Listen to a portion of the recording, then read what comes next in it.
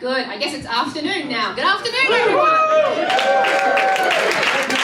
My name is McCarthy, and I'm running for state representative in District 73, which is in Greene County, just to the east of Dayton and Montgomery County. Thanks for saying where it was. No one.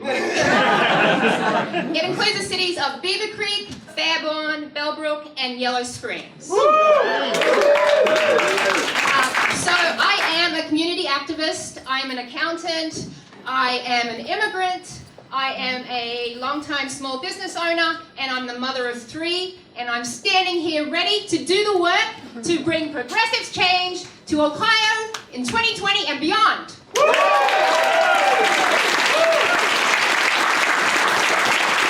thrilled to have this endorsement, and thank you to our revolution, obviously, for this amazing day. So I was born in Brisbane, Australia. I immigrated to this country about 25 years ago. So I'm really having the time warp going on now because I'm standing here fighting for basic human rights that I grew up with in Australia decades ago. I had tuition-free college, our family had universal health care, and we had federal labor laws that provide paid leave for people, unlike anything here, obviously. So I have seen what these things can do to the quality of life of a society. And so that's really why I'm standing here fighting for this now. It's when our tax dollars are invested in all of the people, basically, not just the 1%. It allows everyone to thrive. And we cannot stop fighting to overcome this rigged system we have here and bring justice to the people of Ohio. So let's talk a little bit about Greene County. We have not had a Democrat in office since the early 1980s. And pretty much most of our local elected seats are exactly the same way. Most people, if they want to be in power, they come to Greene County and they become Republican. But some of us have standards, obviously.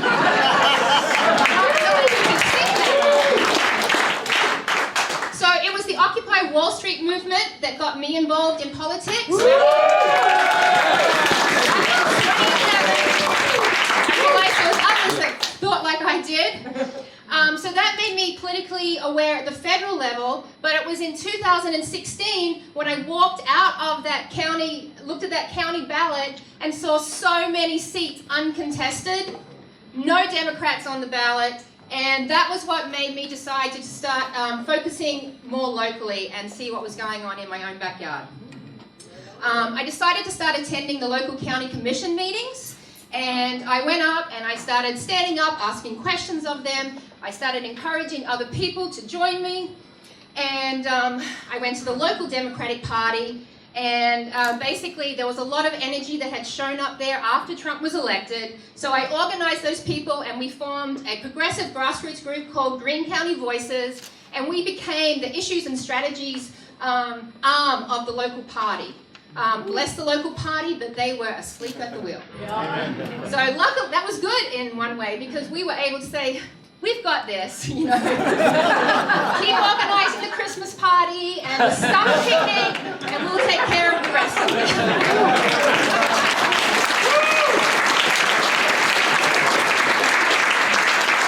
So one day I was at the county commission meeting, and I was standing up once again, questioning them on their decisions. And one of the commissioners looked at me and said, if you don't like the way we do it around here, why don't you just run for office yourself? So I said, all right, I might just do that. And so I did, obviously, and but I decided to run for that seat above them, which I thought was kind of nice. So that was my 2018. Greene County Voices recruited and organized a slate of 4 female candidates. We ran them in seats that had not been contested in decades. Inspired by Bernie's 2016 platform, I ran for the same state rep seat in 2018. I ran on universal health care with Span, Ohio, wherever the Span, Ohio man is. A strong education and a living wage. So our campaign moved the needle 12 points in one election to the left. And we got the highest vote tally for a contender to that seat in decades, and we shattered fundraising records 6 times over. Yeah. So many votes. Yeah, and And this time, I'm running to finish the job for myself and Bernie.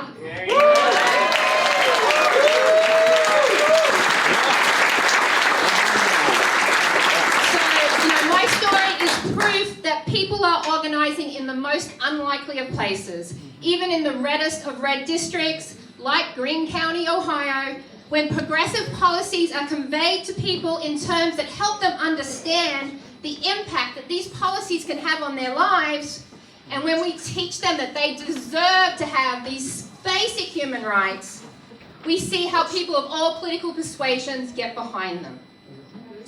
So thank you to our